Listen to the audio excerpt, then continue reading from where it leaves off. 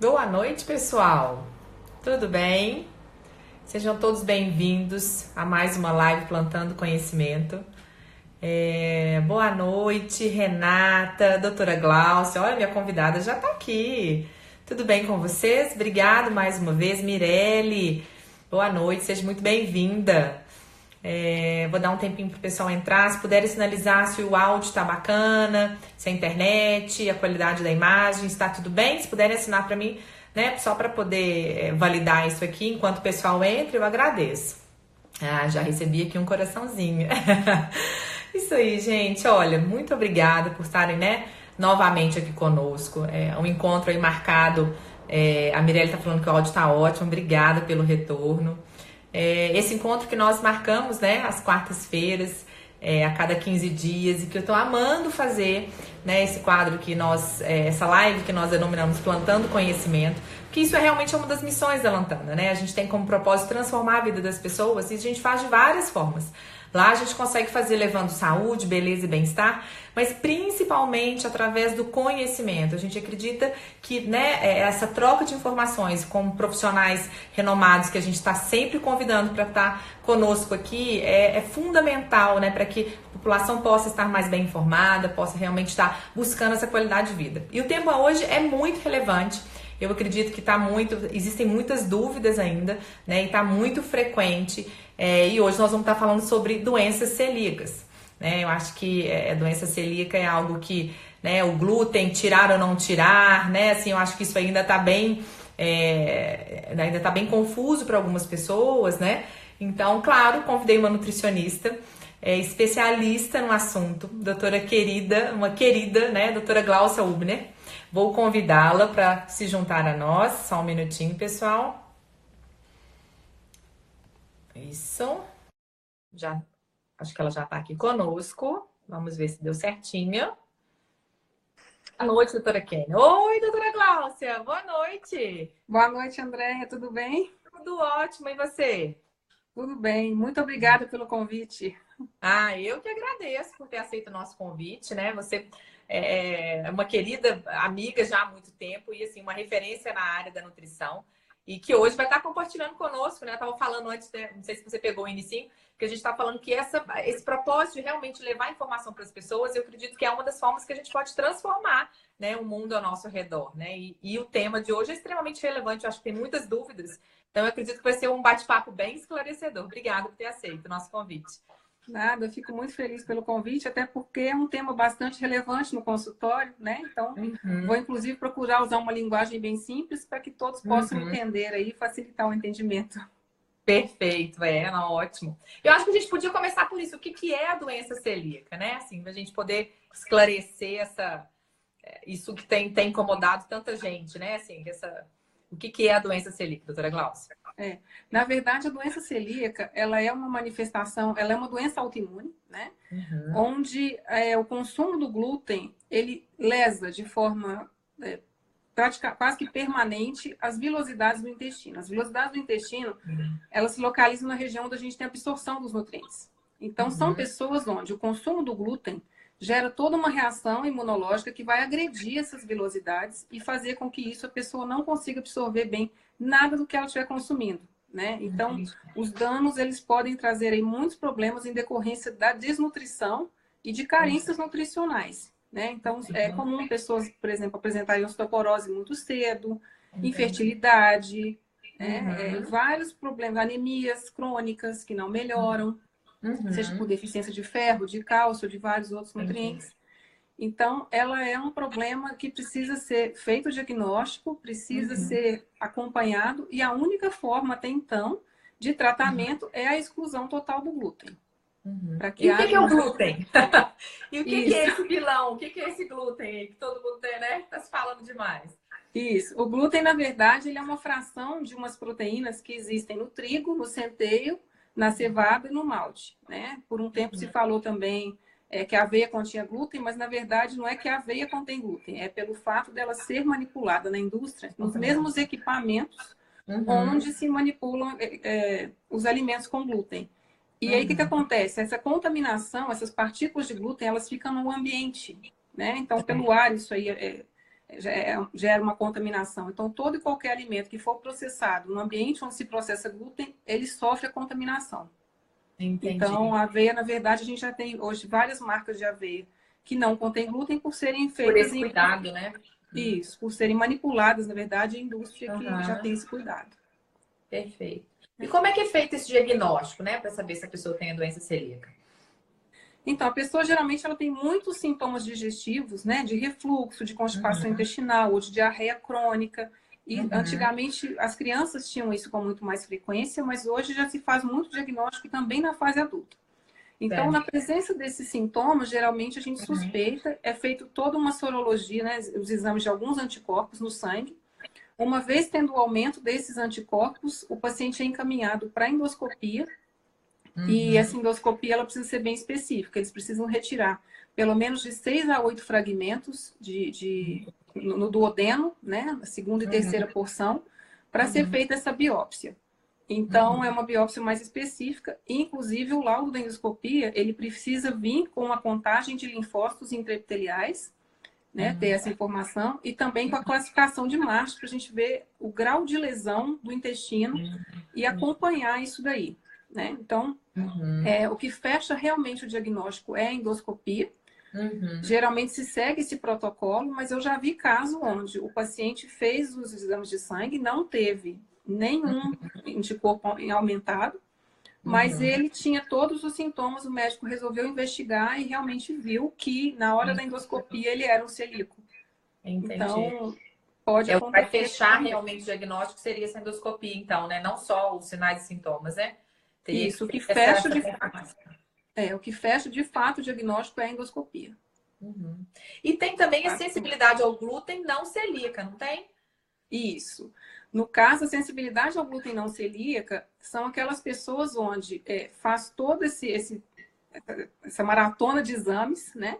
Elas ingerem o glúten, tem todos esses sintomas também, Uhum, mas não se fecha o diagnóstico. A endoscopia não acusa, né? Mas elas têm uhum, toda uma clínica de sintomas e sinais quando elas têm contato com o glúten. Então, isso hoje em dia a literatura, inclusive, já aceita. Inclusive, uhum. já faz parte o CID, né? Aquele Código Internacional de Sim. Doenças, já faz parte, já tem um código lá para as pessoas que têm a sensibilidade ao glúten não celíaca.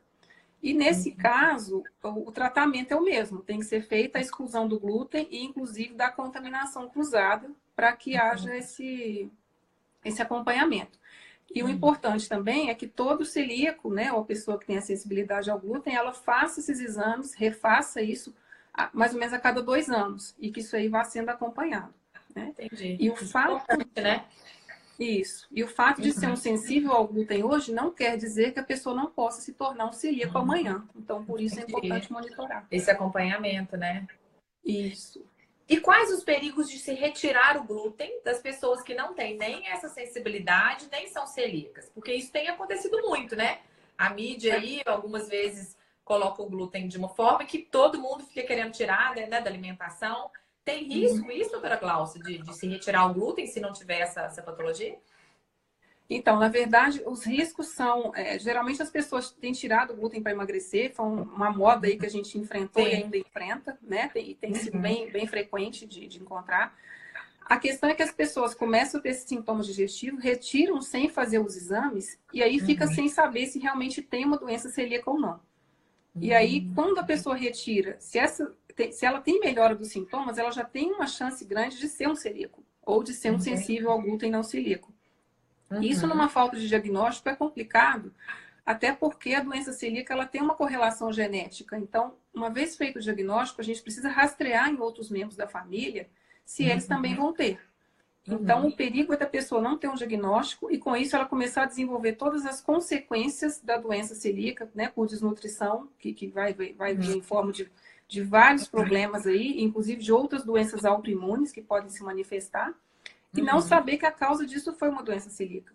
Então, uma vez feito o diagnóstico, fica mais fácil, vamos dizer assim, Uhum. para poder acompanhar e rastrear outras doenças autoimunes, inclusive Uhum. rastrear na família, se tem mais casos. Então, ela é uma doença genética? É Ela tem uma origem genética? ela tem uma correlação genética, né? Entendi. O fato de ter o gene não quer dizer que a pessoa vá ter a doença. Uhum. Geralmente são os genes HLA, DQ2 e HLA, DQ8. Mas, Uhum. para você ter uma ideia, 30% da população, em média, tem o HLA, DQ2 e não é celíaco. Né? Uhum. E Não 90, manifestou. isso, e 90 e tantos por cento do celíaco, eles têm manifestação desses dois genes. Então, Uhum. assim, é importante rastrear, inclusive Uhum. para ver se tem alguma correlação. Né? Mas E tem tem sim, e algo que pode. geralmente. Desculpa, não, perdão. Ah, tranquilo. Mas, assim, geralmente, quando se faz o diagnóstico em algum paciente, o primeiro rastreamento se faz entre os irmãos, porque são a Entendi. mesma genética ali do pai e da mãe. E aí se Uhum. investiga nos irmãos, principalmente se houver sintomas, né? Se tiver a presença Uhum. dos sintomas. E já vi acontecer também no consultório, irmão que não Uhum. tinha sintoma nenhum, mas na hora do rastreamento achou a doença celíaca nos exames. Né? Entendi. Mesmo Olha. Uhum. existe celíaco É assintomático interessante. também. Olha, sintomático, bacana. É interessante, né? Existe. É. É. Então, é por isso que é importante a gente Mas fazer esse acompanhamento. é comum o celíaco ser assintomático ou não? Isso é mais raro. Ó, é mais raro diante do que eu tenho visto, mas já eu tenho, inclusive, Acontece, paciente né? celíaco que é assintomático. Então, a gente só consegue realmente saber se teve melhora ou não, né, de Uhum. recuperação desse intestino via endoscopia. Não Entendi. tem Uhum. sintoma nenhum. É impressionante. A pessoa Olha. não sente nada quando ela se contamina, porque a questão da contaminação ela é um incômodo, porque ela gera vários sintomas, mas pelo menos a pessoa sabe que se contaminou. Né? Agora, quem Exato. não tem sintoma, o intestino está sendo lesado Não, e a pessoa não sabe. tá É muito prejudicando sério. toda essa absorção de nutrientes, pode levar né? Várias outras consequências e Isso. não sabe nem o que está acontecendo, né? Mais Isso. delicado ainda, né? Que não dá nem para, né? Assim, é difícil até de tomar alguma medida, né? Corretiva nesse sentido. E o E tem problema algo que dessa contaminação E tem assim, o algo que problema. desencadeia se a pessoa tem esse gene, assim, tem algo se um consumo excessivo do glúten, algo pode desencadear essa manifestação? Sim, geralmente é esse estilo de vida, esse bombardeamento de glúten que as pessoas fazem, né? De ingerir glúten o dia inteiro. Então, seja no café da manhã, no lanche, no almoço, no jantar. Então, a gente tem visto também que muito desse desconforto gastrointestinal ele tem acontecido por esse Uhum. bombardeio de glúten que as pessoas têm sofrido, né? Deixado a comida de verdade de lado e muitas vezes trocam um jantar por uma pizza, trocam um almoço por uma massa, né? E fora os horários de lanche, que tem pão, tem bolo, tem biscoito. Uhum. Então, isso aí também é um complicador, né? É. Tem que ter esse cuidado aí com a alimentação. E esse teste genético, né, para poder identificar isso, como é que ele é feito, doutora Gláucia? Então, hoje a gente já tem um teste genético que pode fazer na boca, né? Que faz a retirada, um esfregaçozinho na boca. E tem Uhum. também o teste genético no sangue. Mas, de qualquer forma, ele vale para a gente saber se existe uma tendência da pessoa vir a desenvolver a doença. Ele não fecha diagnóstico.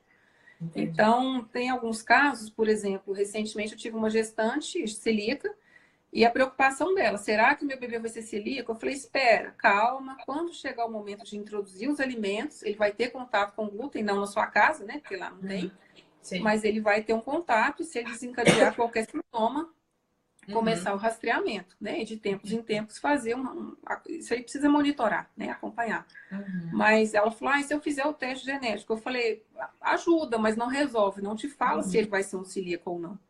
Então, Uhum. realmente, é um prediz, né? Como todo Limitado, né? teste genético, Uhum.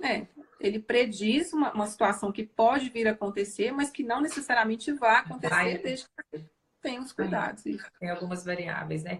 Várias variáveis que podem interferir nisso, né? Muitas. E o tratamento, doutora Glaucia? Qual que é o tratamento mais efetivo, então, para doença celíaca? Então, uma vez identificado, é ter todo esse cuidado, né? Tanto de fazer a retirada do glúten dos alimentos e Uhum. também de ter esse cuidado com a contaminação cruzada. Então, se a pessoa tem o hábito de só retirar o glúten sem tomar cuidado com a contaminação, e o que é isso, né? Essa comida, mesmo que sem glúten, ela precisa ser produzida num ambiente que tenha também ausência de glúten. Não posso usar a mesma panela, eu não devo lavar com a mesma bucha, os vasilhames, né? Eu não posso usar, preparar usar o mesmo forno para assar um pão com glúten, um pão sem glúten, mesmo para esquentar, torradeira. Então, ou é preciso realmente que tenha uma consciência na casa do celíaco para que haja toda essa modificação. E eu costumo brincar com os pacientes, né? Agora faz um chá de cozinha novo, né? E troca tudo que der. Verdade. Porque muitas das vezes tem que levar esses equipamentos em assistência técnica, pedir para abrir, limpar tudo. Porque qualquer farinha de trigo, por exemplo, ou qualquer alimento com glúten que tenha sido manipulado, como as partículas ficam no ar, a gente precisa. Isso aí entra nas frestas, entra em tudo. Então, realmente precisa de uma limpeza bem rigorosa, até que a gente costuma chamar de tripla lavagem, onde a pessoa precisa limpar aquilo tudo por 3 vezes, né? De buchas diferentes. Então, limpa, joga fora, mais outra, joga fora, tudo, né? E tanto os vasilhames quanto os armários, a pia, tudo mais. Inclusive, alguns utensílios que são porosos, eles precisam ser descartados. Por exemplo, se a tábua for de madeira ou de plástico, não convém, né? Teria que, por exemplo, usar uma tábua de vidro, que não é porosa. Então, todo esse cuidado aí com a contaminação cruzada, que é onde geralmente o problema acontece. Porque hoje a gente vê muitos casos onde a pessoa consome, né, ou produz até alimento falando que é sem glúten, mas não é isento de contaminação. Então, ele não é um alimento apto para o celíaco. Entendi. Então, ele atende aquelas pessoas que estão aí no modismo de tira o glúten, volta com o glúten, né, que não deveria fazer assim, mas não tem esse cuidado com a contaminação. Então, a gente tem poucos locais hoje na cidade que realmente são seguros para o celíaco comer fora de casa. Fora isso, ele precisa levar a comida dele muitas das vezes e ter todo esse cuidado. Tem algum lugar, algum site, alguma coisa que a gente possa buscar? Por exemplo, em cada cidade, existe alguma associação, alguma coisa que o celíaco possa buscar essa informação? Porque é difícil, né? Se a pessoa descobre que tem essa restrição toda. Não é algo que a gente está, né? Que é comum assim, no meio, né? Então é muito... Isso. Um local, doutora Glaucia? Sim, existe as associações dos celíacos, né? Geralmente nos estados aí, vários estados cada um tem. A gente tem também comunidades, por exemplo, no Facebook, onde tem pessoas do país todo, e até no exterior também, onde você consegue entrar lá e só se conversa sobre como o celíaco faz para viajar, né? Então, seja os restaurantes, os lugares onde ele consegue comprar alimentos sem glúten, até a questão de companhias aéreas, por exemplo, como proceder para solicitar uma refeição sem glúten, né? Como que a gente faz, se é dentro do país, se é para o exterior, né? Por exemplo, para o exterior, a companhia aérea, algumas fornecem alimentação sem glúten, aqui internamente dentro do país não, então a pessoa realmente precisa levar alguma coisa para consumir. Né? E cuidado também com alimentos frescos, porque em determinados países a pessoa não pode entrar com alimento fresco, ela tem que descartar tudo se ela não consumir. Né? Então, assim, tem já alguns lugares e realmente as pessoas se ajudam muito porque elas entendem a dificuldade. Então, tanto nas associações quanto nesses sites é bem interessante, é bem legal. Isso é bacana, né? Tem que realmente se unir, né? Principalmente quando existe uma limitação, assim, né? Tem que buscar pessoas aí. Então, bom, essa troca de informação, ela realmente é bem válida. E cosmético? Nossa, Cosmético também pode ter glúten? Os cosméticos podem conter glúten, principalmente esses à base de germe de trigo, né? Shampoos à base de germe de trigo, cremes, hidratantes. Então, é uma outra coisa que eles também... Só na alimentação, né? Mas tem que ter todo esse cuidado com maquiagens, com cosméticos, né? Tanto na manipulação também disso, né? Geralmente, quando o paciente é celíaco, se precisa ser feita alguma manipulação, é importante constar na receita essa informação para evitar, inclusive, a contaminação cruzada desses cosméticos, né? Tanto na indústria quanto na farmácia também. Até porque existe a dermatite herpetiforme, que é uma manifestação da doença celíaca na pele. Então, alguns deles, eles têm essa dermatite herpetiforme, né? É um tipo de dermatite que só acontece com celíaco. Quem não é celíaco não tem. E, às vezes, é também uma forma de diagnóstico. São umas lesões em bolha que aparecem, né, pelo corpo. E aí, quando a lesão está bem ativa, alguns médicos, né, geralmente o dermatologista, ele pede uma biópsia dessa lesão e pode ser também, em alguns casos, uma forma de diagnóstico. Então, esse cuidado é fundamental. Acho que nós tivemos algumas perguntinhas aqui. O papo está tão bom que eu acabei não lembrando direito. Vamos lá. Eu deixo eu buscá-las aqui para a gente poder fechar. Foi perguntado se a contaminação cruzada pode acontecer mesmo na casa do celíaco, né? Você já falou de todo esse cuidado que isso pode acontecer, né? Uhum. Não é só na, né, na indústria, né? Então, realmente, em casa, seguir todos esses cuidados que você listou. Isso, todo esse cuidado. A Priscila está perguntando, saberia dizer se a contaminação cruzada com glúten pode causar no celíaco dificuldades de respirar, né? A parte respiratória, se isso pode estar ocorrendo também, essa contaminação, com essa contaminação ao glúten. Pode. Algumas pessoas podem ter. Os sintomas podem ser bem diversificados, mas algumas pessoas podem sim ter alguma dificuldade para respirar também. Uhum. Para É você porque a ter gente fica ideia, achando que é mais essa usuário parte, né, intestinal, então não é. Os sintomas podem ser mais amplos, como você falou, na própria, né, na pele, uma dermatite, e também na parte respiratória. Então, isso pode acontecer, né? pode ter parte, pode, respiratória, dores articulares, algumas enxaquecas, né? Então, tem manifestações neurológicas, tem pessoa que tem manifestação, que até a questão da ataxia do glúten, né? Nem tanto uma doença celíaca, mas também pode ser provocada pelo consumo do glúten ou pelo contato. Tem pessoas que são bem sensíveis.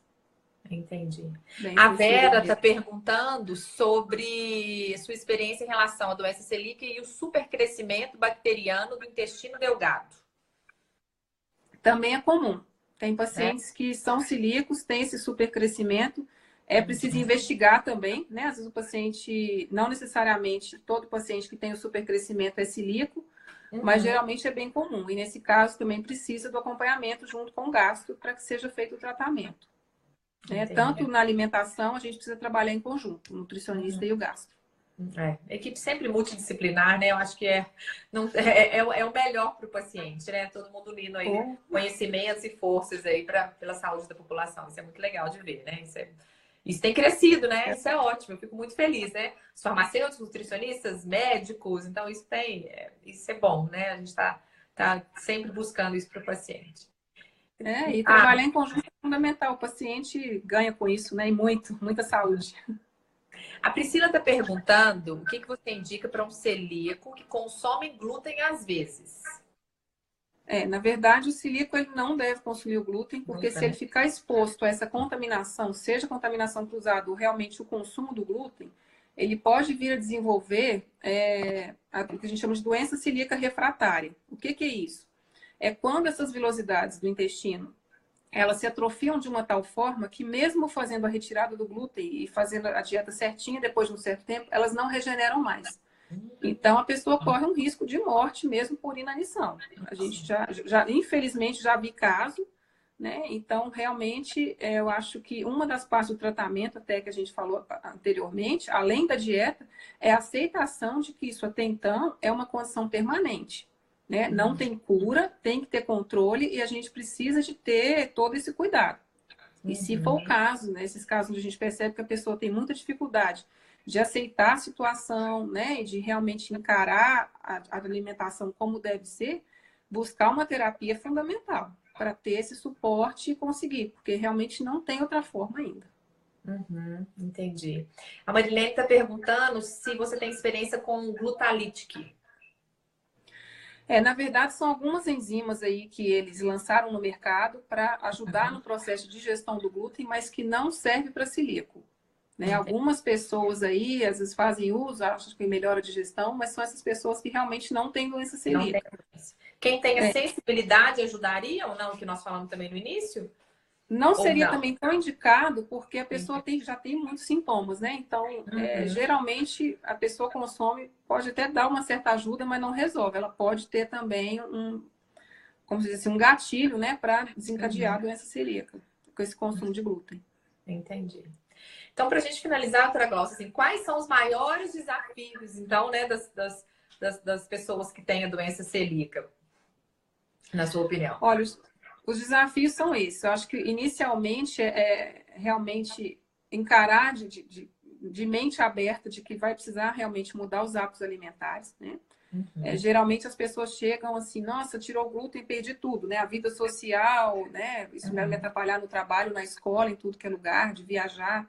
E tudo isso a gente consegue ajeitar, né? É possível adaptar, está cada vez mais fácil, né? Até pela questão das redes sociais, a gente contactar os lugares onde vai, né? Informação aí para as pessoas que estão ao nosso redor, tanto os familiares quanto as pessoas que estão à volta. E, então, assim, os desafios são realmente imensos, são muito grandes, mas é preciso vencer, né? Então, acho que aceitar é o primeiro passo, né? E pensar também que isso pode ser uma grande oportunidade de mudar os hábitos alimentares para uma situação de alimentação bem melhor do que aquela que vinha. Muitas vezes, quantos às vezes falam, né? Nossa, eu achei que eu não fosse conseguir viver sem tanta farinha, tanta massa, e hoje eu tenho uma vida muito melhor, né? E descobre que o meu lema com eles é esse, né? É gostoso e sentir bem. Então, assim, depois que Exatamente. melhora de tantos sintomas, isso é que é o mais gostoso, né? E o Sem restante dúvida. a gente ajeita, é tranquilo. O nutricionista está aí para dar todo esse suporte que for necessário com relação à alimentação, né? Trabalhar junto com o médico, na medida do possível, aí, com esse diagnóstico, esse acompanhamento, isso é fundamental, né? E ter todo tudo que for preciso aí, seja a terapia, seja a farmácia, seja todo mundo que for necessário para ajudar esse paciente. Essa conscientização ela é importante. Com certeza, né? E isso é muito bacana, né? Porque a gente vê assim, eu que estou na área da nutrição, né? Acompanhando vocês aí desde 2006, que a gente, né, começou esse relacionamento mais próximo, isso foi uma profissão que cresceu, assim, muito rapidamente, né? E a população que ganhou com isso, né? Porque a gente consegue hoje, né? Vocês conseguem, né? De uma forma, interferir hoje na saúde das pessoas, que há 15 anos atrás, né? Não era assim. Então, eu fico muito feliz de fazer parte de, né, de alguma forma aí desse crescimento da profissão. A Lantana abraçou, né, os nutricionistas aí há 15, 16 anos atrás. E é muito bom ver isso, porque realmente está refletindo na saúde das pessoas, né? Então, eu fico muito feliz da gente estar hoje conversando sobre isso, né? Trazendo informação, né? Várias informações relevantes para a população. Acho que foi muito, muito gratificante. Te agradeço, né, de coração por ter aceito o nosso convite. Muito obrigada, doutora Glaucia. Eu que agradeço a oportunidade de levar um pouco mais de informação, né? Acho que realmente é uma iniciativa bem legal essa sua de levar, né? De realmente plantar conhecimento, né? E acho que, né? Parabenizar pela essa atitude das lives, né? E por todo esse empenho aí. E vamos juntos, né? É o que eu falo com o paciente, vamos juntos, porque a gente tem um caminho aí para trilhar, né? E foi muito bom até para desmistificar essa imagem de que o nutricionista só faz dieta para emagrecer. Sim, Né? A gente pode ajudar o paciente de muitas formas, até que as pessoas sequer imaginam. Então, é bom, né, ter um nutricionista por perto e um farmacêutico também. Eu acho que todo mundo deveria ter seu nutricionista e o seu farmacêutico. Eu tenho defendido muito isso, né? Porque eu acho que realmente a gente pode, de formas diferentes, né? Todos podemos ajudar os pacientes, né? A ter esse estilo de vida melhor. A gente se preocupa na farmácia, a gente se preocupa muito com isso, né? Você conhece muito o nosso trabalho, então desde de um recipiente adequado, de uma forma farmacêutica diferenciada, uma cápsula com corante natural, a gente está o tempo todo buscando inovações, né? Para que a gente realmente possa levar. Tem que ser congruente, né? Se a gente está falando tanto de saúde, né? Então a gente está sempre buscando isso. Então eu vejo que você está sempre pertinho da gente, né? Nos orientando, dando suas opiniões, como vários outros nutricionistas que eu vi. A doutora Ana Paula está aqui, tem vários amigos aqui que estão nos acompanhando. Muito obrigada a todos. Então, assim, e fica o convite, né? Assim, se vocês puderem me mandar sugestões de temas pelo direct, né? Todos os nossos amigos nutricionistas estão convidados, assim, aos pouquinhos eu vou convidando, mas eu acho que são todos muito bem-vindos aqui. Eu tenho dado muito prazer às quartas-feiras a gente estar aqui batendo, né, trocando essas ideias, batendo um papo aqui. Então, obrigada a todos, em especial a senhora que está aqui conosco hoje. Eu que agradeço. Obrigada pela oportunidade e por esse espaço que você abriu, né, para tantos profissionais. Tá ótimo. Olha, obrigada, boa noite a todos. Eu vou deixar a live salva. Então, se a senhora quiser comentar ou se vocês quiserem também compartilhar com alguns amigos, durante 24 horas fica salvo aqui no Instagram da Lantana. Depois a gente vai subir pro YouTube, tá? Vai estar no canal da Lantana também. Tá bom? Ok. Boa Obrigada, noite, pessoal. boa noite. Obrigada. Tchau, tchau. Tchau.